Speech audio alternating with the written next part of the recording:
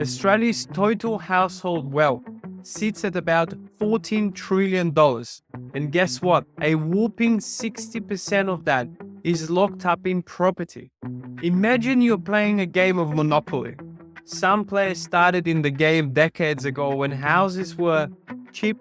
Meanwhile, new players today, they land on the board and realize the game has changed. In 1980s, the median house price in Sydney was around $78,900. Today, that same home is well over $1.3 million. That's a 1,500% increase in just over 40 years. Australian households now owe over 2.7 trillion in mortgage debt.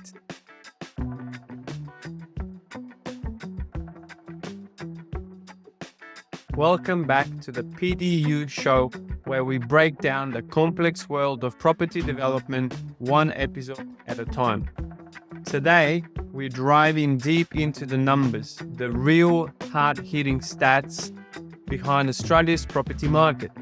Now, lately, I've been reading The Great Divide by Alan Kohler, and a book that dissects the growing wealth gap in Australia. Over the next few episodes, I'll break down some of the key statistics and insights, helping us to make sense of what's happening in the market. And today we're kicking things off with chapter number 1, the numbers. We'll break it down together, looking at the property boom, rising inequality, the rental crisis, and the real estate has become Australia's biggest wealth engine. Now, numbers might sound dry, but trust me, these ones tell a fascinating story.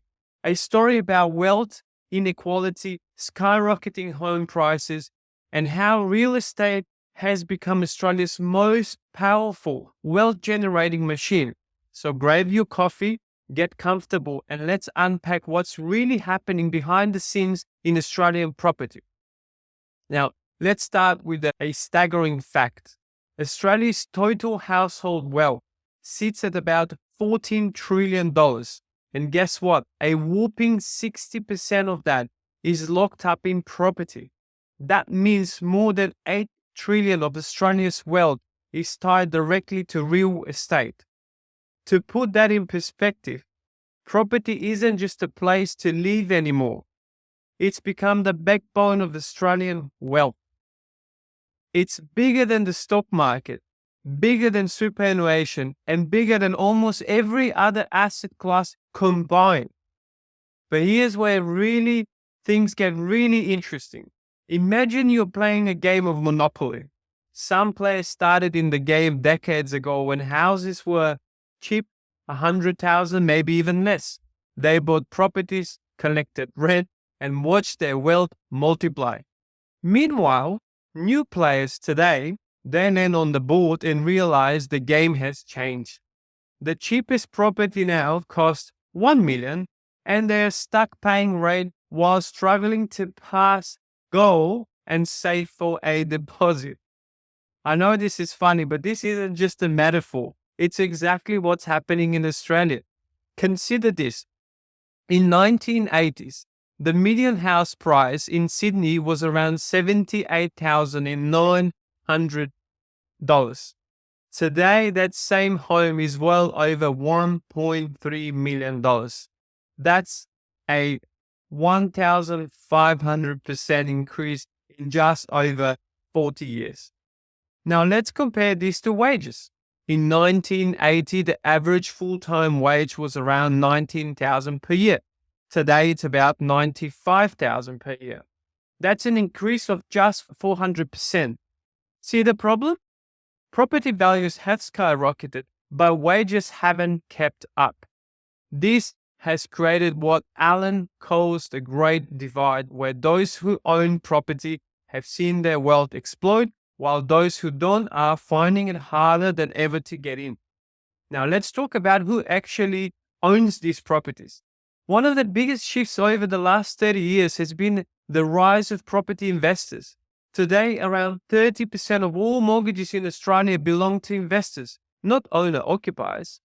And in some years, investors have made up more than 50% of new property loans.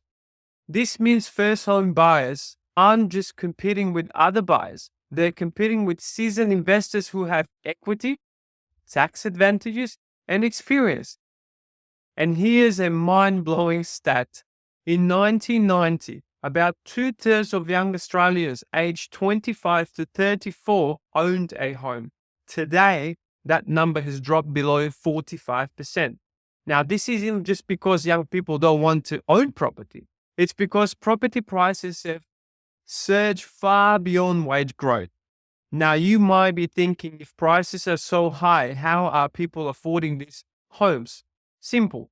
Debt. Australian households now owe over 2.7 trillion in mortgage debt, one of the highest levels of household debt in the world. Now, the average mortgage size has tripled in the last 2 decades, and many borrowers are now spending 40% or more of their income on loan repayments. Think about that. Now, Australia has essentially become a country that borrows money to buy homes and then relies on rising prices to keep up the system going. But here's the catch. Interest rates don't stay low forever. And when they rise, so do mortgage repayments, which puts huge financial pressure on borrowers. And we have seen this happening in the past few years. For those who can't buy, rent is the only option. But here's the problem. Rental prices have surged alongside property prices. In Sydney and Melbourne, vacancy rates are at record low, which means renters are fighting over a shrinking pool of available homes. Rents have risen by 20 to 30% in some areas in just a few years. It's a classic supply and demand issue. Fewer available properties means higher rents, and that pushes more people into rental stress. Now, the numbers don't lie. Australia's property market is a wealth engine, but it's also created a massive divide. If you own a property, you'll likely seen your wealth multiply over the years. If you don't, getting in is harder than ever due to rising prices, competition from investors, and stagnating wages.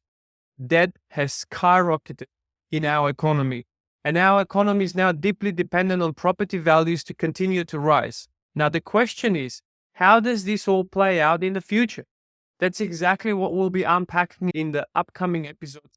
The challenges, the opportunities, the advantages, and to navigate this property market. That is for today's episode of the PDU Show. And if you found these insights valuable, make sure to subscribe and follow us for more deep dives into property development. And I want to hear from you.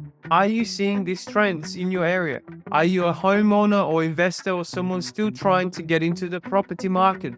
Please drop your thoughts in the comments or message me at LinkedIn at linkedin.com/in/GOZZ. Next week, we're diving into what's the role of property developers and the types of property developers. You won't want to miss this episode. And as always, life is exactly what you dare to make it. Fortune favors the bold.